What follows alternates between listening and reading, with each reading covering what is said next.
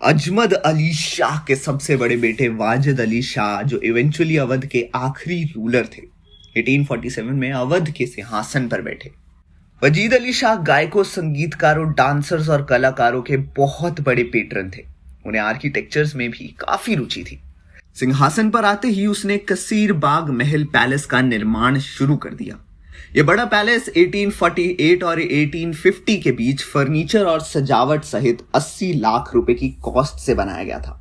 कसीर बाग के court yard को उसके लॉन सहित जिलो खाना कहा जाता था। केंद्र में ईस्ट और वेस्ट छोर पर 2 मरमेड गेट से घिरा हुआ एक बारदारी था। वजीद अली शाह उस समय अवध के सिंहासन पर बैठे जब ईस्ट इंडिया कंपनी पूरे अवध के सिंहासन पर कब्जा करने के लिए श्योर थी, जैसे भारत का बगीचा, अन्न भंडार और रानी प्रोविंस। भारतीय सब कॉन्टिनेंट में अवध के शाही प्रेडिसेसर और सक्सेसर ईस्ट इंडिया कंपनी के लिए प्रमुख खतरे यही थे। अलग अलग सर्कमस्टांसेस में शायद वो एक शासक के रूप में सफल हो सकता था, क्योंकि उसके पास ऐसे कई गुण थे जो एक अच्छे एडमिनिस्ट्रेटर को बनाते हैं। भारतीय परंपरा में ललित कलाओं के सबसे उदार और उत्साही संरक्षकों में से एक होने के अलावा अपनी प्रजा के प्रति उदार दयालु थे।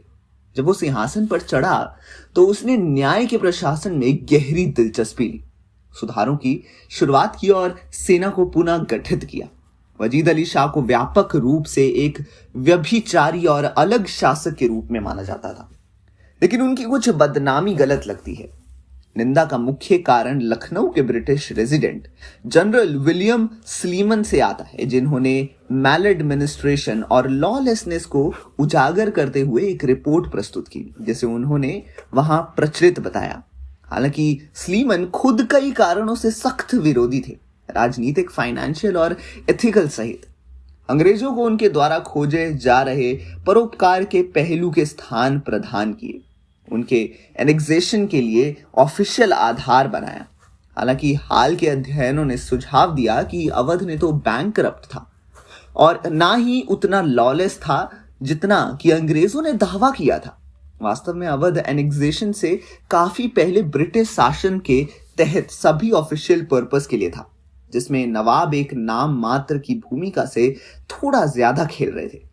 बंगाल प्रेसिडेंट सेना की भर्ती बड़े स्केल पर अवध से की गई थी, जबकि 1855 में गवर्नर जनरल लॉर्ड डलहौजी के निर्देशन में अवध से कोई भी टैक्स रेवेन्यू जो राज्य सरकार की लागत के लिए जरूरी नहीं था, ईस्ट इंडिया कंपनी द्वारा अप्रोप्रिएट किया गया था।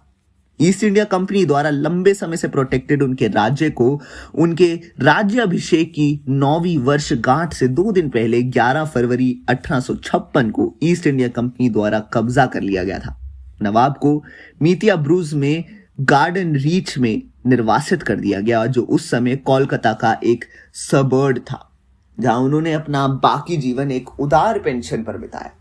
वो एक कवि, नाटककार, नर्तक और कला के महान संरक्षक थे। शास्त्रीय भारतीय नृत्य के एक प्रमुख रूप के रूप में कथक के पुनरुत्थान का श्रेय उन्हें व्यापक रूप से दिया जाता है। ऐसी ही कहानी मेकर्स बाहुबली 3 में भी दिखा सकते हैं। तो आपके क्या विचार हैं इस बारे में? हमें कमेंट सेक्शन में अपनी राय जरूर बताएं और देखते रहिए हमारे चैनल बॉलीग्राज स्टूडियोज।